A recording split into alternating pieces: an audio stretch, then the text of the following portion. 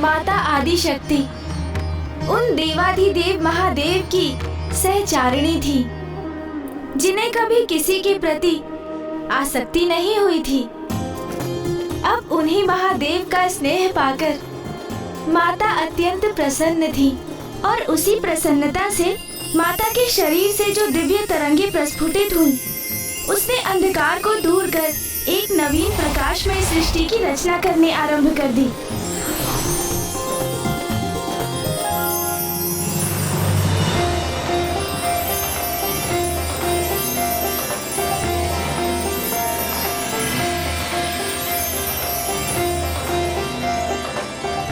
समस्त गण, गंधर्व, देवता आदि का सम्मान पाकर माता की प्रसन्नता सरल हास्य के रूप में फूट पड़ती थी।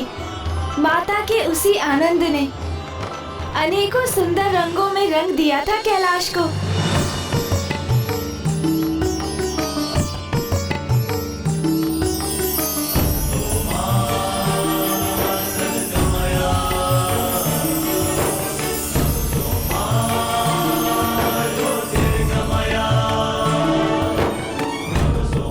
माता के आगमन से समस्त कैलाश में आनंद का नाद गूंज उठा है। ऐसा प्रतीत होता है मानो माता ने एक नवीन कैलाश का सृजन किया हो।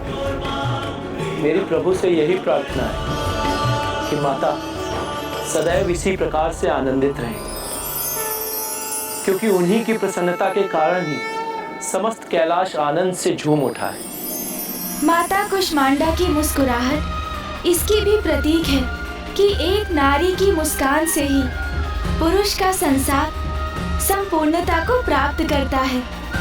जहाँ नारी प्रसन्न होती है, वो गृह भी प्रसन्नता से परिपूर्ण होता है, और जहाँ नारी दुखी रहती है, उस गृह में सुख और चैन स्थापित नहीं होता। इसलिए नारी को कभी दुखी नहीं करना चाहिए, सदा नारी का सम्मान करना चाहिए। ब्राह्मण देवता, मैं तो अपने पति देव को सदा यही कहती आई हूँ कि अपनी पत्नी को सुखी रखिए, क्योंकि मैं मुस्कुराऊंगी तो राजभवन में सदा प्रसन्नता स्थापित रहेगी।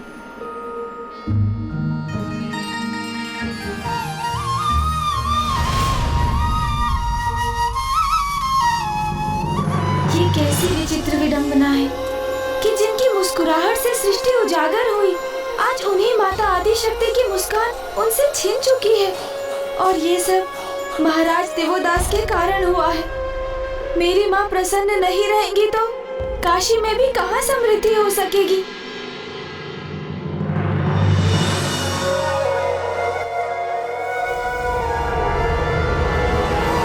और ये भी कहा जाता है कि जहाँ नारी की पूजा होती है, देवता भी वहीं वास करते हैं। और सत्य तो ये भी है कि नारी ही संसार की शक्ति है। सूर्य ब्रह्मांड की आत्मा है और सूर्य की शक्ति है माता कुष्मांडा।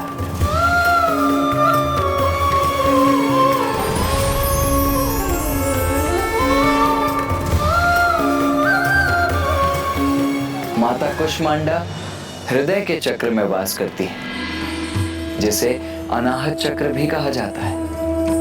ये तो सर्वथा उचित है कि माता कुष्मांडा सूर्य के हृदय में निवास करती हैं, इसीलिए वो समस्त ऊर्जा का स्रोत भी हैं। इसीलिए नवरात्रि के चतुर्थ दिवस पूर्ण हृदय से माता कुष्मांडा की पूजा करनी चाहिए। इनकी पूजा से रोग और शोक दोनों का ही नाश होता है तथा आयु, यश, बल और आरोग्य की प्राप्ति होती है, और जीवन काल के उपरांत परम पद की भी प्राप्ति होती है। तो आइए अब हम माता कुष्मांडा की पूजा करते हैं।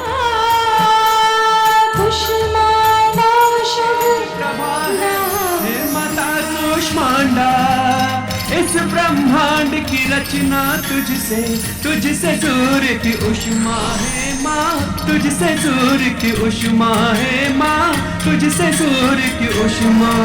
यदि मुझे यहाँ राज्य करना है तो आपको यहाँ से प्रस्थान करना होगा।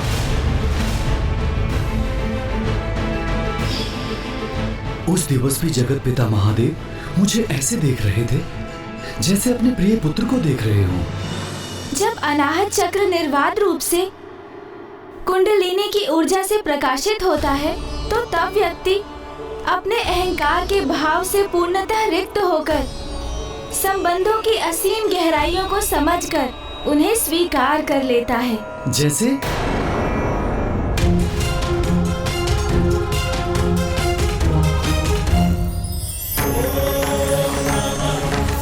जैसे महादेव केवल ईश्वर ही नहीं जगत पिता है, वो अहंकार से सर्वथा परे हैं। सभी चराचर जीव उनकी संतानें हैं। यदि उनकी संतान महादेव से कुछ मांग ले तो स्वयं अपार कष्ट सहकर भी वो अपनी संतान को कभी निराश नहीं करते। महादेव महादेव। प्रतीत होता है कि अनाहत चक्र के प्रकाशित होने से आपको भी इस सत्य का स्वतः आभास हो ही गया कि वो महादेव ही तो है, जगत पिता।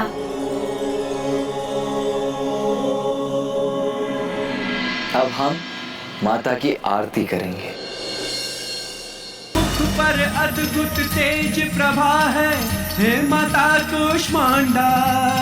इस ब्रह्मांड की रचना तुझसे सूर्य की उष्मा है माँ, तुझसे सूर्य की उष्मा है माँ, तुझसे सूर्य की उष्मा। महाराज माता, कल नवरात्रि का पंचम दिवस है और कल हम माता के पंचम स्वरूप स्कंद माता की कथा सुनेंगे।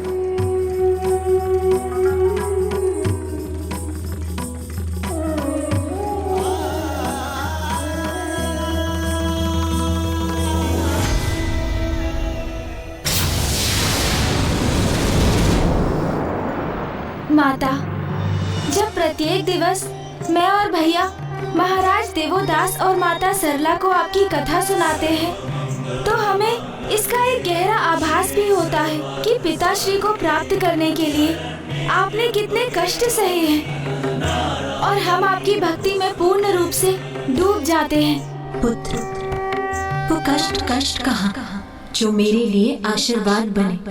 तब से मुझे महादेव का सानिध्य प्राप्त हुआ और उनसे विवाह के उपरांत कैलाश मेरा निवास बना। और पुत्र, कल तुम एक ऐसी कथा कहने जा रहे हो जो मेरे हृदय के अत्यंत निकट है, मुझे अत्यंत प्रिय है।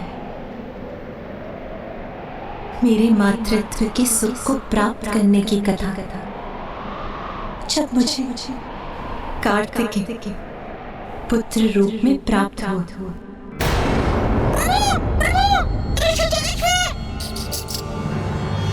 क्या हुआ मूषक जी? क्या हुआ ऋषिवर को?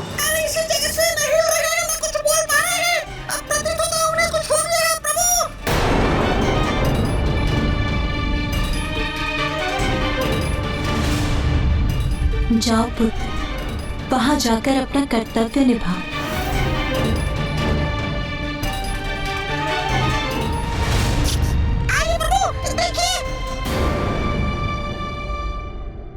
भैया, ऋषिवर के अभी प्राण शेष है किंतु ये अस्वस्थ प्रतीत हो रहे हैं। हमें शीघ्र ही धन्वंतरी जी का आवाहन करना चाहिए। उचित है गणेश।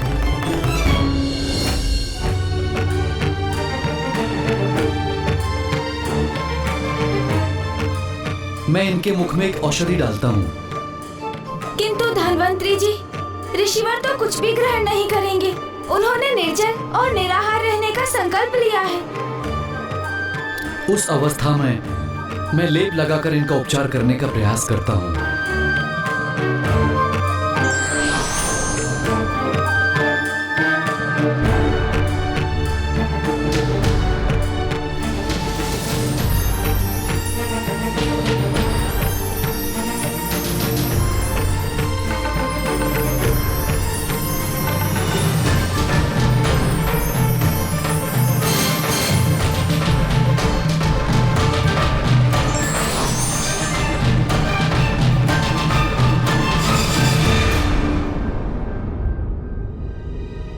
गणेश जी, कुमार कार्तिकेय जी, मैंने इन्हें लेप तो लगा दिया है, किंतु इनकी अवस्था अत्यंत गंभीर है।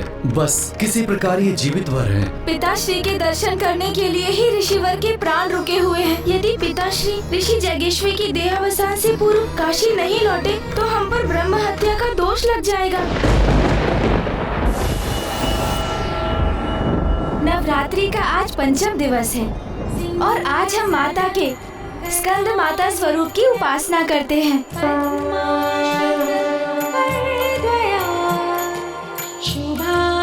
इस स्वरूप में माता पार्वती की गोद में भैया कार्तिकेय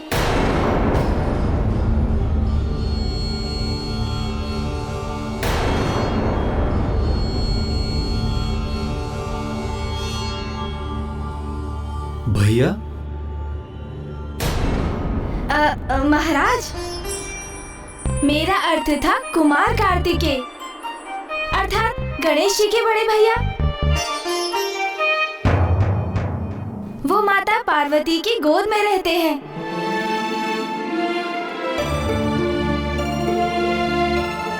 अर्थात माता को इस स्वरूप में मातृत्व सुख प्राप्त हुआ। माता बनने का सुख अवश्य प्राप्त किया उन्होंने, किंतु साधारण नारियों की भांति नहीं। अर्थात माता ने गर्भ धारण कर कुमार कार्तिकेय को जन्म नहीं दिया।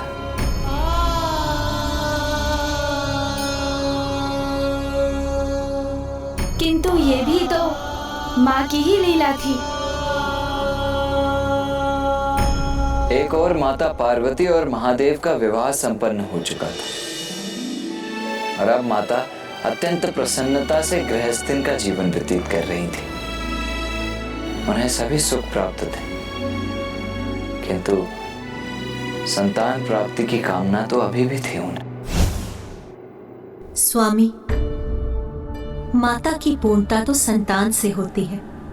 मुझे संतान का वरदान दे स्वामी। तथास्तु। और देवताओं को तो इसी क्षण की प्रतीक्षा थी। और अब अंततः उनकी प्रतीक्षा समाप्त होने वाली थी। महादेव और माता पार्वती का वो पुत्र जन्म लेने वाला था जो तारकासुर का अंत करने वाला था। और ऐसा ही होता, किंतु क्या ब्राह्मण देवता?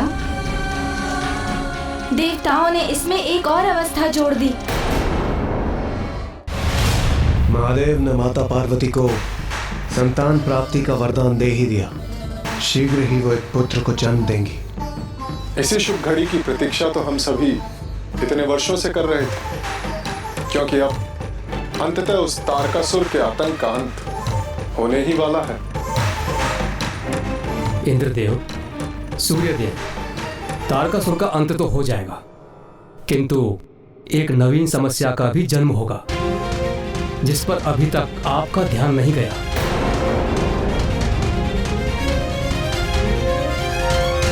समस्या? कैसी समस्या अग्निदेव? महादेव अतुलनीय बल के सागर हैं और माता आदिशक्ति समस्त ब्रह्मांड में व्याप्त शक्ति की प्रतीक हैं। स्वयं प्रकृति है वो। महादेव और माता दोनों अनंत अपार हैं। उनके संयोग से उत्पन्न पुत्र महावीर और महायोद्धा होंगे, जिनकी शक्ति का अनुमान लगाना भी कठिन है। और उनकी अपार शक्ति यदि स्वर्ग पर लक्षित हुई तो कहीं मेरा पद ही मुझ न छिन जाए।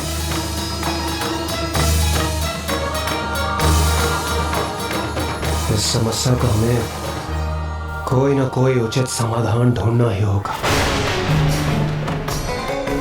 तारकासुर का वध करने हेतु हमने स्वयं के लिए एक महासंकट को आमंत्रित कर लिया है।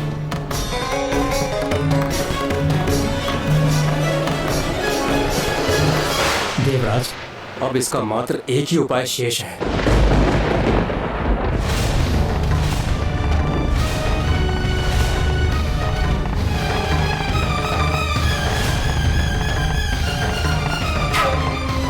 महादेव, तारकासुर के आतंक से हमारी रक्षा कीजिए प्रभु। केवल आप ही का पुत्र उसका अंत कर सकता है। आपका ऐसा पुत्र महादेव जो केवल आप ही के अंश से उत्पन्न हो। जिसमें माता पार्वती की कोई भूमिका और कोई योगदान न, कोई भूमिका और कोई योगदान न, कोई भूमिका और कोई योगदान न।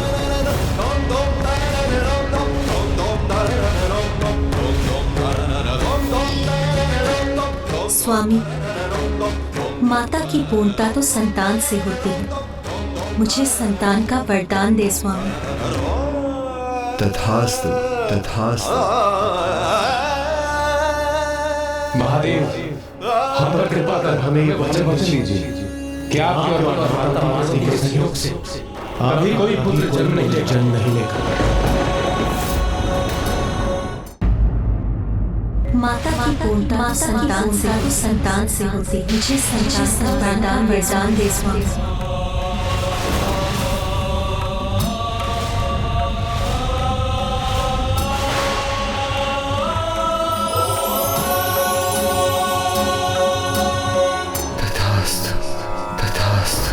जब माता पार्वती को ज्ञात हुआ कि महादेव ने देवताओं को क्या वचन दिया है, तो वो अत्यंत कुपित हुई।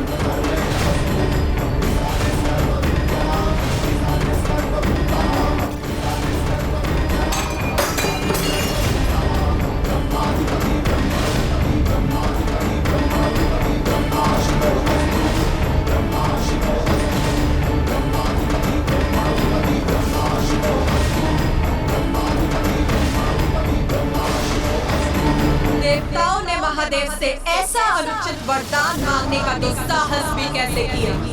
मैं उन्हें श्राप देती हूँ, आज के बाद देवता भी अपने पत्नियों के योगदान से अपनी संतान की उत्पत्ति के सुख से वंचित रहेंगे।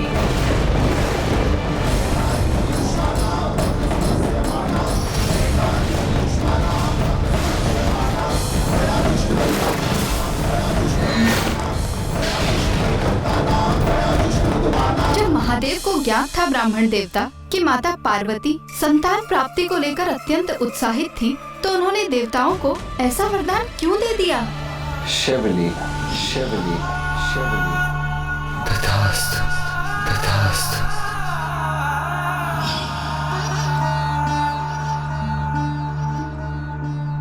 ना कुछ उनकी इच्छा के बिना हुआ है और ना कुछ उनकी इच्छा के बिना होगा।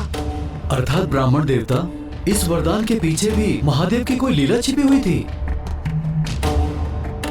आपने सर्वथा उचित समझा महाराज। वास्तविकता में इस घटना के पीछे पूर्व काल में घटित एक प्रसंग था। एक बार महादेव और माता पार्वती भ्रमण कर रहे थे।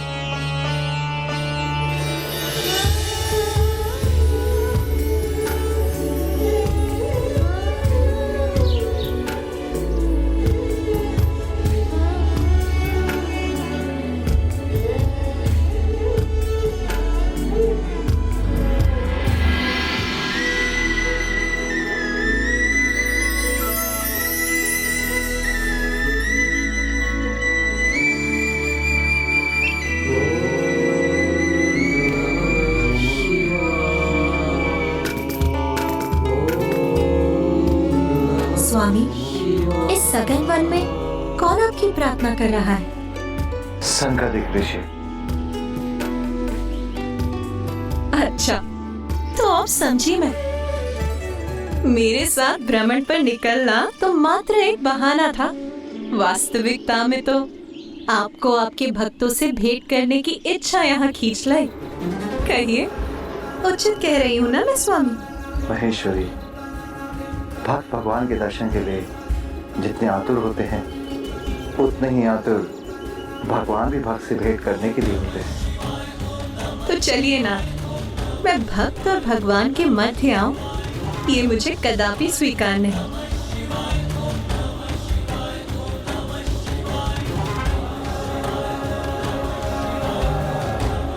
ओम नमः शिवाय।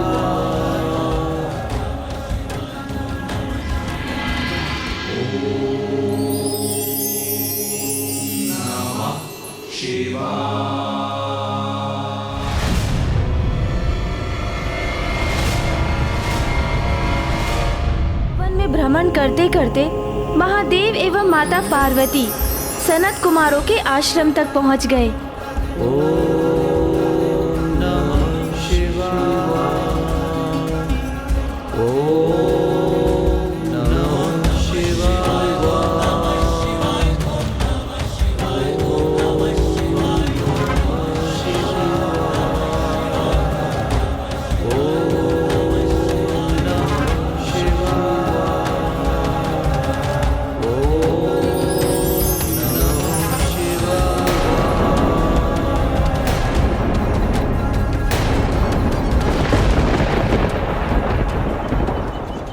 महादेव, माता पार्वती, प्रणाम।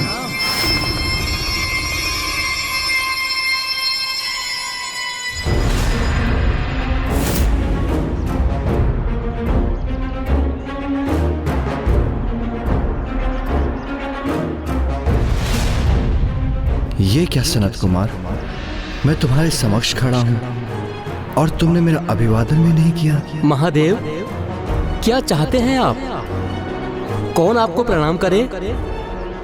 मेरा शरीर अथवा मेरी आत्मा? मेरा ये शरीर तो मिथ्या है, नश्वर है। इसका एक ना एक दिवस तो अंत होना अनिवार्य है, इसलिए इसका कोई महत्व नहीं। जो सत्य है वो मेरी आत्मा है, और यदि आप मेरी आत्मा का अभिवादन चाहते हैं तो मेरी आत्मा में उसी का अंश है जो आप स्वयं हैं।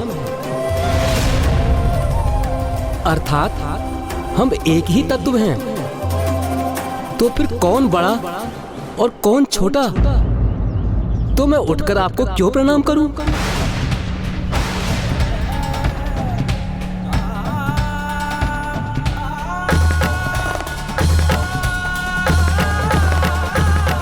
मैं तुम्हारे तत्व ज्ञान से प्रभावित हुआ। मेरी इच्छा है कि तुम मेरे पुत्र के रूप में जन्म लो।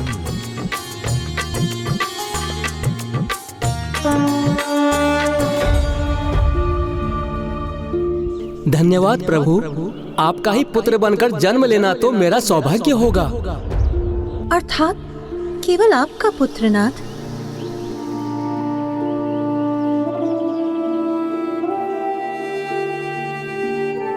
महादेव की लीला तो अपरंपार है, और उनको तो ये पूर्व से ही ज्ञात था कि देवताओं को महादेव और माता पार्वती के पुत्र को लेकर संशय होगा। और ये भी ज्ञात था उन्हें कि देवता मात्र उनके अंश से उत्पन्न पुत्र का अनुरोध करेंगे। इसीलिए महादेव ने पूर्व से ही सनत कुमार को उनके पुत्र के रूप में जन्म लेने का वरदान दे दिया था। और इस प्रकार महादेव ने अपने दोनों वरदानों की मर्यादा रखी। एक जो उन्होंने सनत कुमार को दिया था, और दूसरा जो उन्होंने देवताओं को प्रदान किया था। किंतु उन्होंने माता पार्वती को भी वरदान दिया था, तो फिर उसका क्या हुआ ब्राह्मण देवता? जब माता पार्वती को ज्ञात हुआ कि महादेव ने देवताओं को क्या वचन दिया है, तो वो अत्यंत कुपित हुई, और फिर उन्होंने भी देवताओं को उनकी पत्नियों के संयोग से कभी कोई संतान उत्पन्न ना होने का कठोर श्राप दे दिया। वही वरदान जो देवताओं ने महादेव से मांगा था। तो क्या माता के इस श्राप के कारण देवताओं की कभी कोई संतान नहीं हुई? माता पार्वती का शाप था कि देवता अपनी पत्नियों के योगदान से संतान उत्पन्न करने में असमर्थ होंगे, किंतु परोक्ष रूप में वो संतान प्राप्त कर सकते थे। इसलिए भविष्य में अपनी ऊर्जा को एक पात्र में स्थित कर वो ऐसा करेंगे कि पांडवों का जन्म इसी विधि से होगा। जब देवराज इंद्र, यमराज और वायुदेव अपनी ऊर्जा देवी कुंती को प्रदान करेंगे, और उनकी ऊर्जा से क्रमशः महान धनुर्धारी अर्जुन, धर्मराज युधिष्ठिर और महाबली भीम उत्पन्न होंगे। एक नारी होने के नाते मैं माता पार्वती की पीड़ा समझ सकती हूँ, किंतु फिर माता का उग्र रूप कैसे शांत हुआ ब्राह्मण देवता? माता को तो एकमात्र महादेव ही शांत कर सकते थे और उन्होंने माता को एक आश्वासन दिया।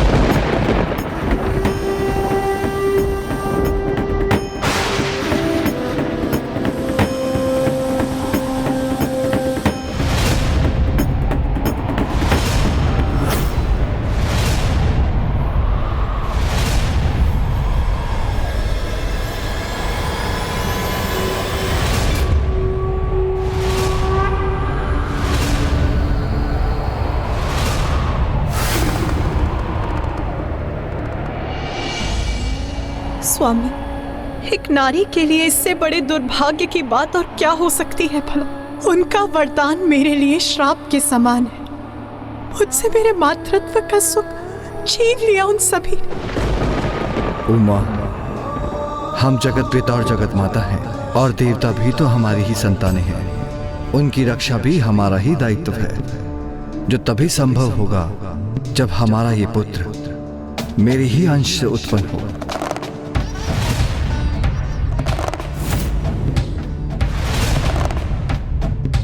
किंतु मेरी ऊर्जा से जीवन प्राप्त करने पर भी उसके जन्म में आपका भी सहयोग होगा, आपका भी अंश समाहित होगा। पार्वती, हमारे पुत्र पर आपका भी उतना ही अधिकार होगा। चित्तम मेरा।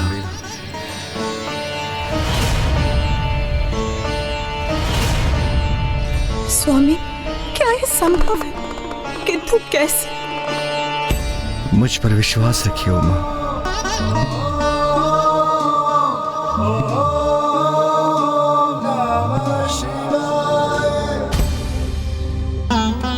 और फिर कुमार कार्तिकेय के जन्म का समय निकट आ गया।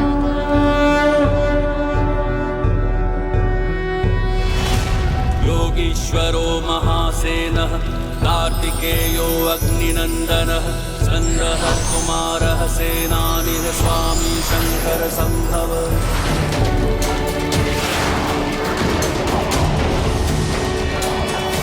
महादेव की उस ऊर्जा शक्ति को संभालने का प्रयास सर्वप्रथम भूदेवी ने किया, तत्पश्चात वायुदेव और फिर अग्निदेव। किंतु सभी देव अपनी असीम शक्ति लगाने के पश्चात भी उस ऊर्जा को संभालने में अक्षम रहे।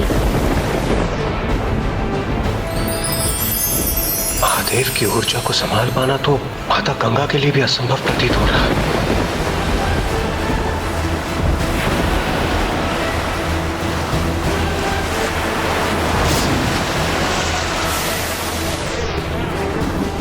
महादेव की ऊर्जा को सह पाना सभी के लिए असंभव है।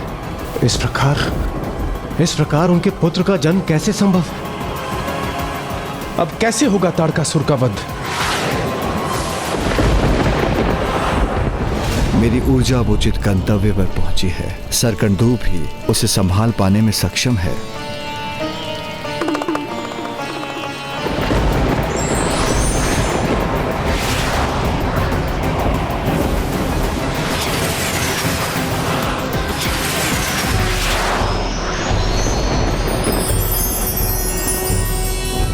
योगीश्वरो महासेनः कार्तिकेयो अग्निनंदनः स्कंदः कुमारः सेनानिः स्वामी शंकर संभव।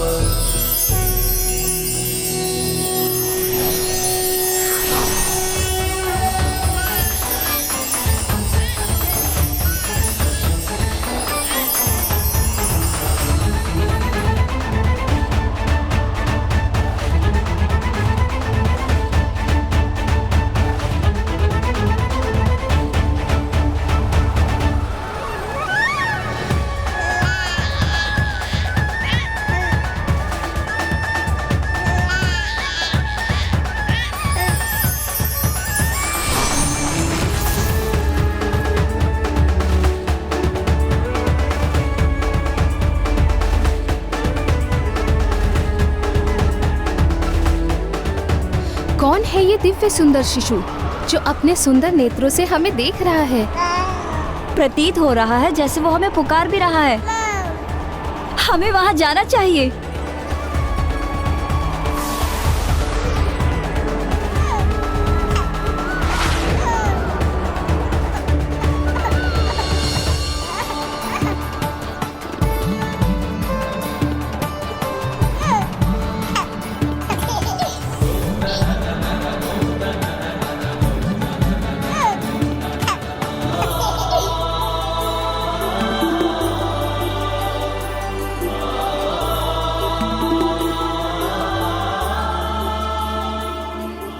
दिव्य शिशु तो महादेव पुत्र है। जब सारे देवताएं महादेव का ऊर्जा संभालने का प्रयास कर रहे थे तो मेरी दृष्टि उन पर गई थी और ये सुंदर शिशु महादेव की ऊर्जा से उत्पन्न हुआ है।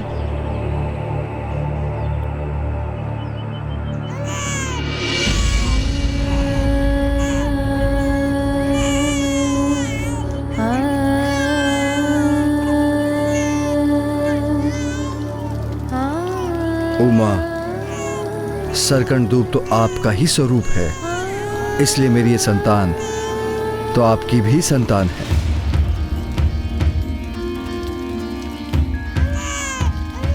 मेरा पुत्र भूखा होगा, मुझे उसे आहार देकर उसका पोषण करना चाहिए। इसे तो भूख लगी है इसलिए रुदन कर रहा है। ये शिशु तो महादेव और माता पार्वती के वात्सल्य का अधिकारी है, किंतु ऐसे निराहार इसे कैलाश कैसे भेज दे? नहीं, हमें इसका पोषण करना चाहिए, इसे आहार प्रदान करना चाहिए। उमा, मुझे ज्ञात है आप अपने पुत्र को अपने आंचल में भरकर उसे सस्नेह आहार देने के लिए आतुर हैं, किंतु आपका पुत्र कीर्तिकाओं को अपना आहार प्रकट करने की अनुमति दे रहा है, उन्हें आशीष दे रहा है, जिसके उपरांत वह आपके पास कैलाश आ जाएगा।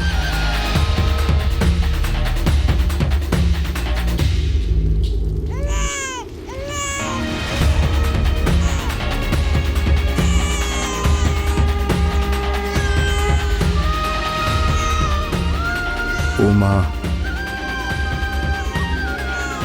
आप जिसे एक नवजात शिशु के रूप में देख रहे हैं, वो महायोद्धा बनकर कैलाश पहुंचेगा। उमा, आप शीघ्र ही कैलाश में आगमन होगा, तो क्या आप उसके लिए समुचित व्यवस्था नहीं करेंगी? आप सर्वथा उचित कह रहे हैं नाथ। मेरा पुत्र कैलाश आने वाला, मुझे जाकर उसके लिए आवश्यक व्यवस्था करनी चाहिए।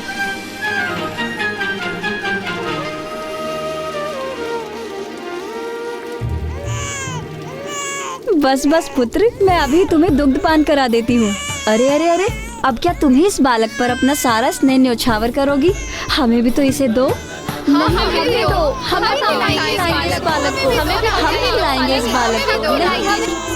अरे अरे, एक ही समय में हम सभी एक बालक को कैसे आहार दे सकती हैं?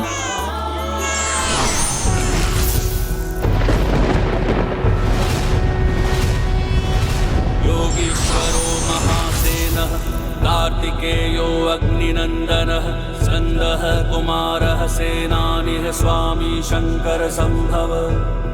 महादेव पुत्र, इस शिशु ने 6 शीश धारण कर लिया हमारे लिए। हम कृतार्थ हुए। अब हम सब इसे आहार प्रदान कर सकते हैं, क्योंकि ये षणानन है।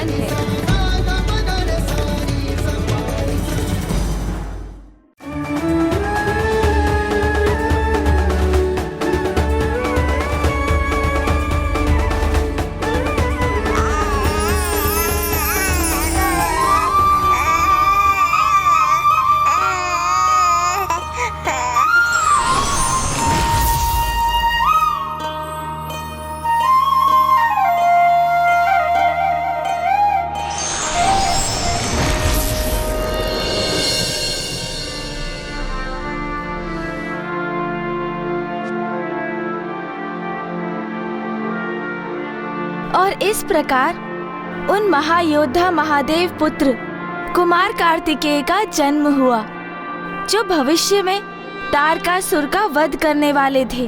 तो अब तो देवता चिंता मुक्त होकर आनंदित हो गए होंगे।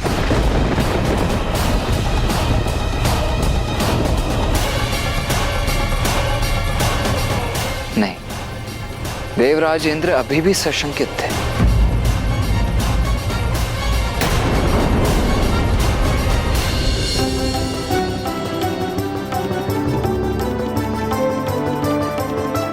अपने शिशु रूप में भी कितने दिव्य और तेजस्वी हैं महादेव पुत्र। पर है तो वो शिशु ही।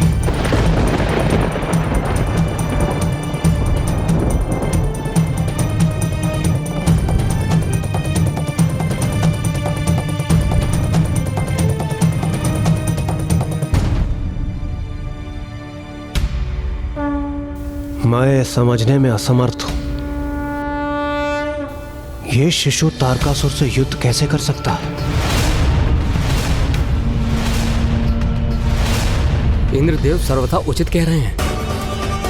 उस महाकाय महाबली असुर तारकासुर से युद्ध करने के लिए महादेव पुत्र अभी कहां सामर्थ्य होंगे?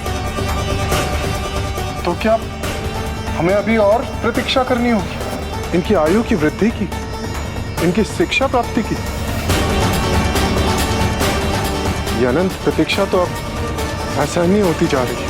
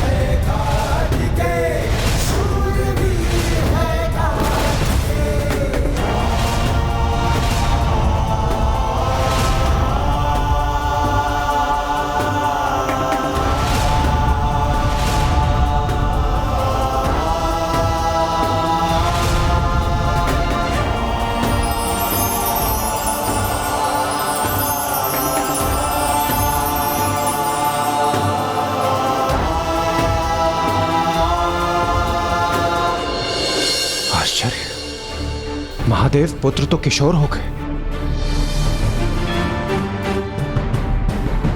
किंतु ये तो मुझे अभी भी सुकुमार ही प्रतीत हो रहे हैं। ये भी उचित है। जिस भयंकर तारकासुर के समक्ष कोई देवता भी नहीं टिक सका, उसका सामना कैसे करेंगे कुमार?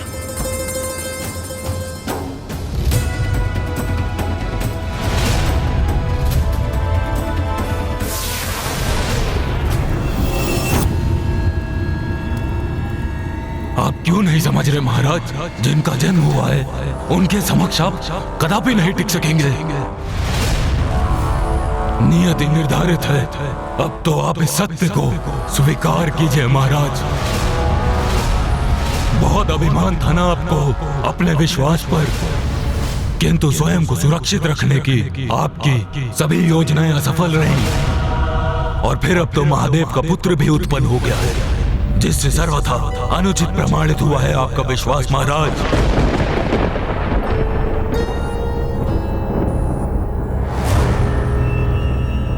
और वो महादेव पुत्र ही आपका काल बनेगा, और वो महादेव पुत्र ही आपका काल बनेगा।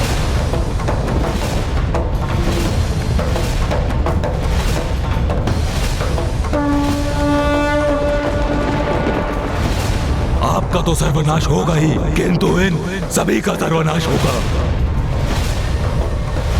और इस सर्वनाश से मैं भी सुरक्षित नहीं रहूंगा, मेरा भी अंत होगा। आया आपका काल महाराज, आप ही नहीं टिक सकेंगे उसके समक्ष।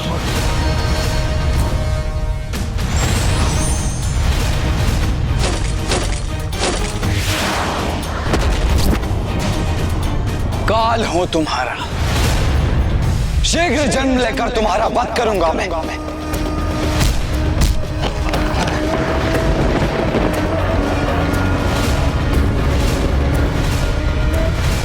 मूर्ख, तेरू, कैसे असुर हो तुम? असुरों की भावी पीढ़ियां असुरों के नाम पर कलंक के रूप में स्मरण करेंगी तुम्हें। मुझसे ऐसे दुर्वचन कहने का दुस्साहस कैसे किया तुमने? विजयदान!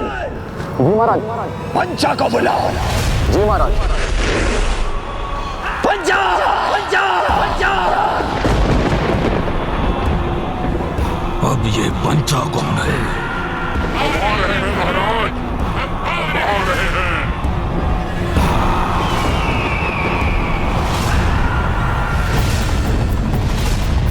एक और कार्तिकेय तारकासुर का संहार करने के लिए जन्म ले चुके थे, तो वहीं दूसरी ओर तारकासुर ने भी कार्तिकेय को क्षति पहुंचाने की मंशा से अपने असुर पंचा का आवाहन किया।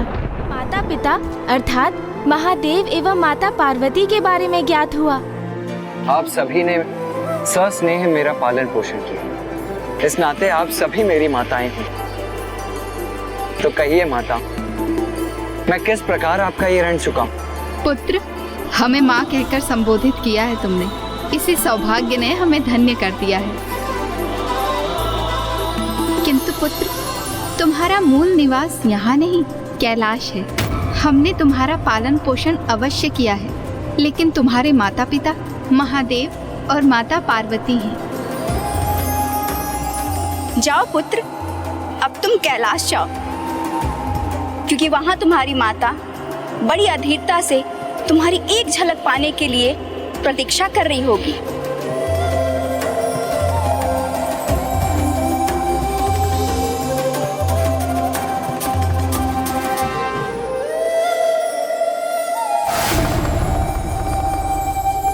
महादेव, माता पार्वती, कदाचित कृतिका देवियां कुमार का पग प्रदर्शन कर रही हैं, क्योंकि अब तक कुमार में महायोद्धा होने की कोई भी योग्यता हमें दिखाई नहीं दी। किंतु एक बार बस वो महादेव और माता पार्वती के पास कैलाश लौट आए, उसके पश्चात उन्हें तारकासुर का वध करने की वो संपूर्ण दक्षता भी प्राप्त हो जाएगी। क्यों देवगण, उचित कह रहा हूं ना मैं?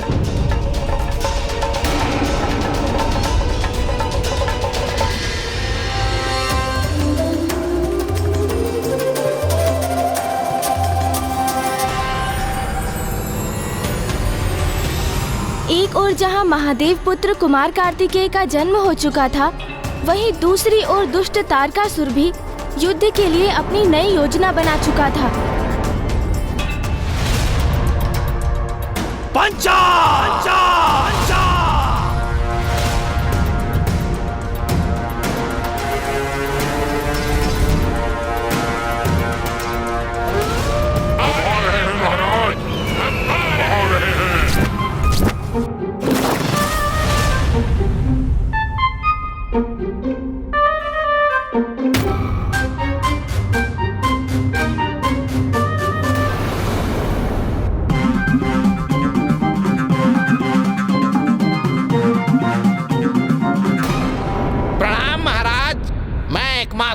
उपस्थित हूँ। ये छोटा मोटा असुर महादेव पुत्र का वध करेगा?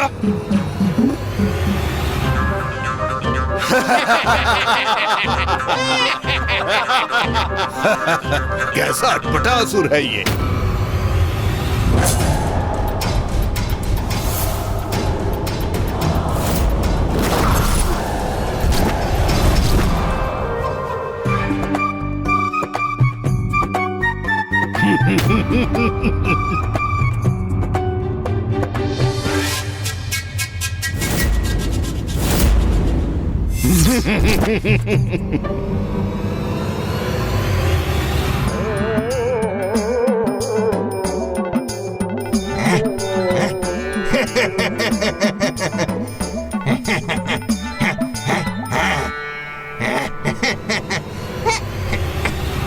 हम सब पुनः पीछे छूट गए और दुष्ट एक मासुर हम सबसे पहले पहुंच गया। अब वो सर्वप्रथम महाराज तक पहुंचने का श्रेय स्वयं ले लेगा और हम सब मुंह ताकते रह जाएंगे। पीछे हटो ना, फिर मुझे आगे जाने दो।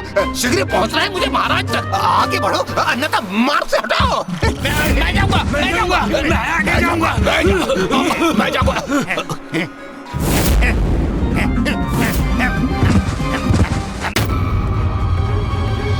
प्रणाम असुर सम्राट तारकासुर। पंचा, ये है मेरे पंचा।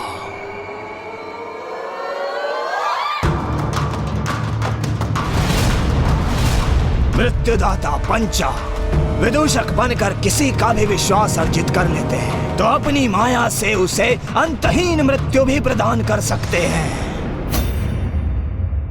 अट्टासुर, जो कार्य तुम नहीं संपन्न कर सके वो मेरे ये पंचा करेंगे।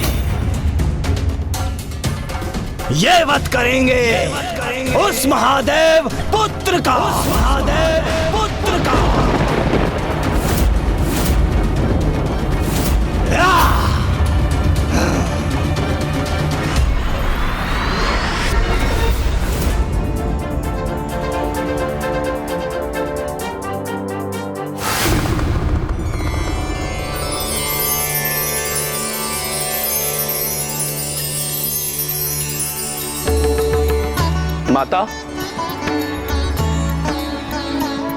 माता एक बार आप बाहर आके देख लीजिए, हमने जो सजावट की है वो उचित तो है?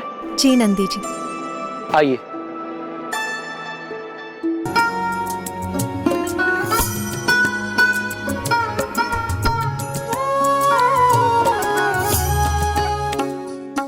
दिए कहाँ है नंदी जी?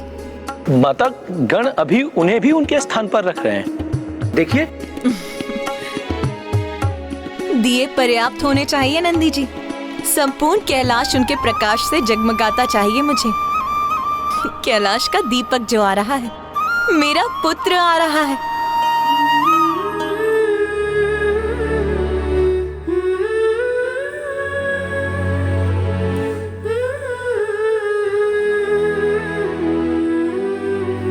मेरा पुत्र कुशल तो है, उसे मार्ग मिल जाना चाहिए, कोई अवरोध नहीं आना चाहिए उसके मार्ग में।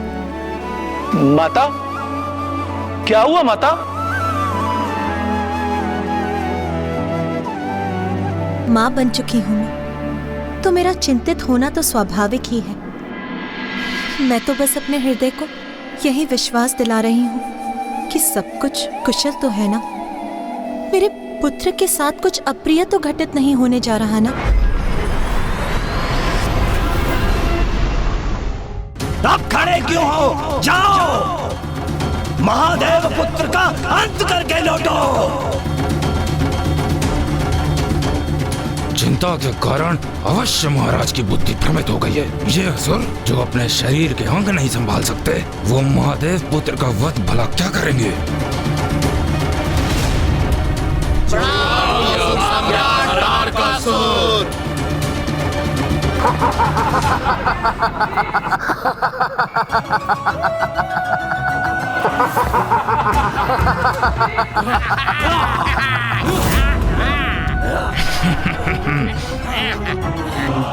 क्षमा कीजिए महाराज, किंतु ये वध करेंगे उन कुमार का? तनिक देखिए महाराज, ये सारे के सारे हंसी के पात्र हैं महाराज।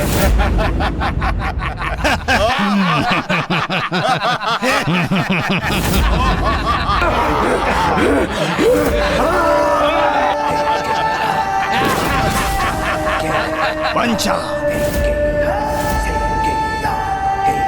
बड़े दीर्घ और कठिन यात्रा पर जा रहे हो तुम, तो इसलिए कुछ भोजन तो आवश्यक है ना? जी महाराज, हम आपके इस उत्तम विचार से सहमत हैं। हम सब यही सोच रहे थे, क्यों न इस हास्यास्पद दुष्ट को अपना भोजन बना लें। हाँ? मुझे अपना भोजन बनाएंगे ये? तो उचित है। कदाचित इसे तुम्हें लेकर जितने भी संशय हैं, वो सब शांत हो जाएंगे।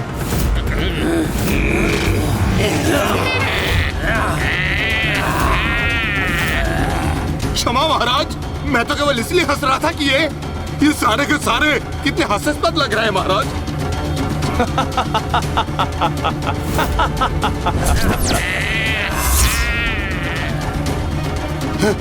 क्षमा।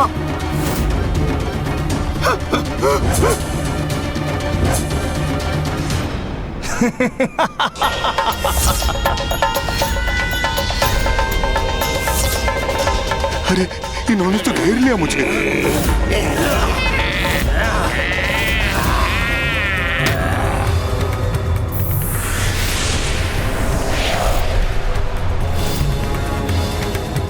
विचित्र है, मायावी है, भयंकर है ये पंचासुर।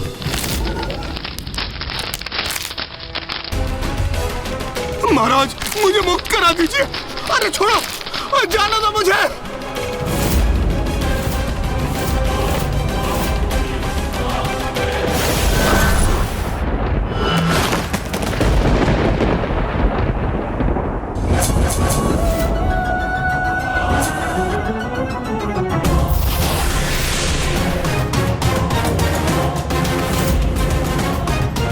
इनकी माया और दुष्टता धूर्त भी है और मायावी भी। इनसे पार पाना तो किसी के लिए भी कठिन होगा, कदाचित महादेव पुत्र के लिए भी। इधर तारकासुर ने पंचासुर को विदा किया और उधर कुमार कार्तिकेय कैलाश की ओर बढ़ते हुए अपनी प्रथम चुनौती और परीक्षा का सामना करने वाले थे। ये वो परीक्षा थी जिससे ये निर्णय होने वाला था कि उनके सामर्थ्य को लेकर जो चिंता देवताओं को थी वो उचित थी अथवा नहीं।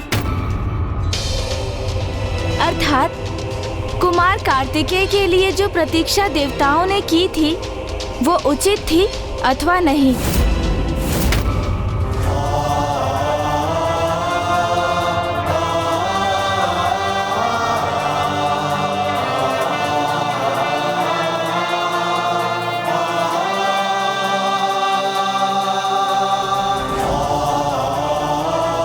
वो रहा कैलाश, अर्थात मेरे माता पिता, जगत पिता महादेव और जगत माता माता पार्वती का निवास स्थान।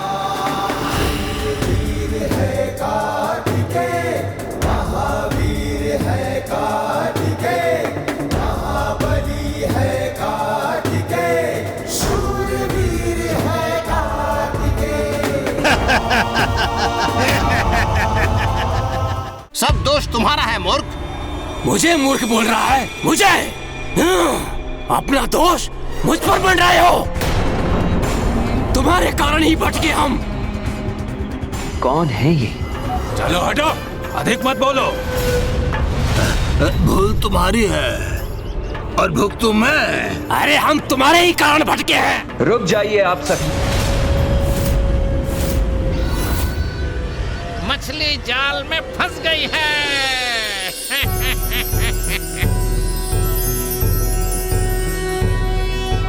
योगीश्वरो महासेनः कार्तिकेयो अग्निनंदनः स्कंदः कुमारः सेनानिः स्वामी शंकर संभव। अच्छा, ये है महादेव के पुत्र कुमार। कितने तेजस्वी हैं ये कुमार। इस बालक कुमार को तो अपने जाल में फंसाकर इसका अंत करना तो बहुत सरल कार्य है मेरे लिए।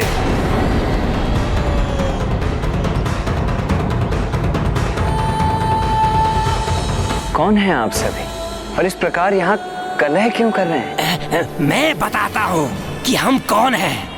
ये एकमासुर है, ये त्रियासुर है और वो दशरथसुर है और ये छत्सरसुर है और मैं द्विधासुर हूँ। हम ये एक माँ के कारण ना अपने मार्ग से भटक गए हैं। भटक गए? किंतु आप सभी जा कहाँ रहे थे? कैलाश और कहाँ। हम महान महादेव के दर्शन के इच्छुक हैं। इसी अभिलाषा को हृदय में धरकर कैलाश जा रहे हैं। ये यात्री पिताश्री के दर्शन करना चाहते हैं तो इन्हें कैलाश ले जाना मेरा कर्तव्य है। आपकी समस्या का निवारण मैं किए देता हूँ। मैं भी कैलाश ही जा रहा हूँ, तो यदि आप सभी चाहें तो मेरे साथ आ सकते हैं। ये कौन मूर्ख है और उसकी सहायता क्यों कर रहे हैं कुमार? इंद्रदेव, कुमार शीघ्र अतिशीघ्र कैलाश पहुंचने को आतुर हैं। किंतु मार्ग में वो भटके हुए यात्रियों का मार्गदर्शन करने के लिए रुक रहे हैं, तो आप उससे इतने विचलित क्यों हो रहे हैं? विचलित मैं नहीं सूर्यदेव, कुमार हो रहे हैं।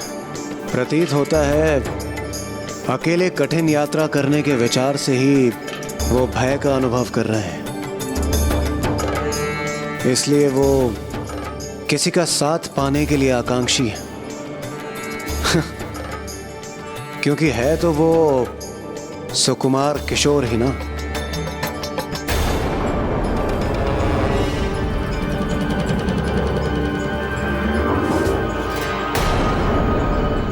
अरे वाह, नेकी और वो भी पूछ पूछ। हमारी समस्या का हल तो हो गया। हमारा गंतव्य स्वयं हमारे सामने उपस्थित है।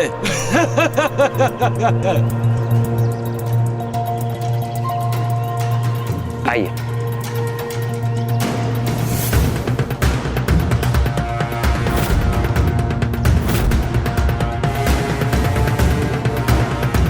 वैसे क्या आप भी महादेव के दर्शन करने जा रहे हैं? दुविधासुर, ये तो मात्र एक सरल बालक ही है। इसको अपनी ही बातों में उलझा के रखना और अपना कार्य सरल हो जाएगा। आपने अपना परिचय नहीं दिया। मेरा परिचय वो तो मुझे महादेव और माता पार्वती ही देंगे। अच्छा, आप इतना ही बता दीजिए, आपका नाम क्या है? मुझे मेरा नाम भी महादेव और माता पार्वती से ही प्राप्त होगा। दिवंगत नहीं, स्वर्गवासी नहीं, हम वीरों द्वारा मारा गया। अब तो उन्हें ऐसा ही कोई नाम रखना पड़ेगा।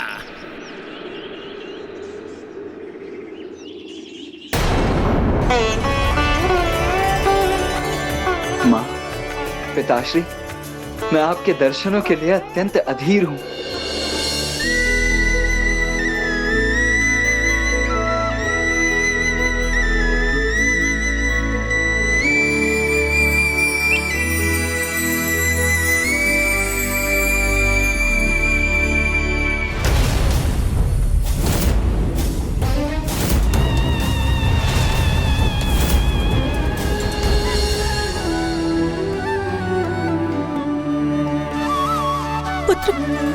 पुत्र कहाँ हो तुम?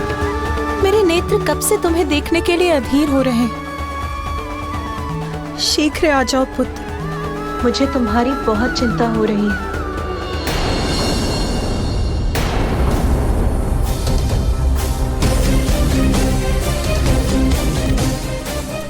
ये बालक तो जैसे कैलाश की ओर दौड़ रहा है।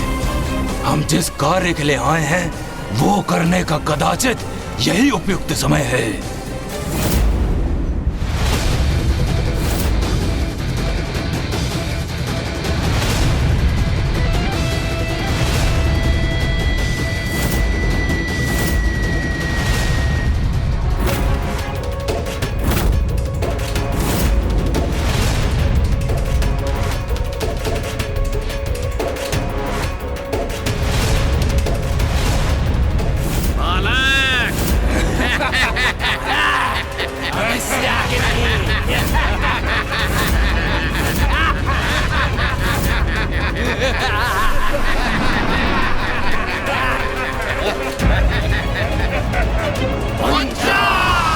मुझे यहाँ क्यों फंसाया है तुम लोगों ने?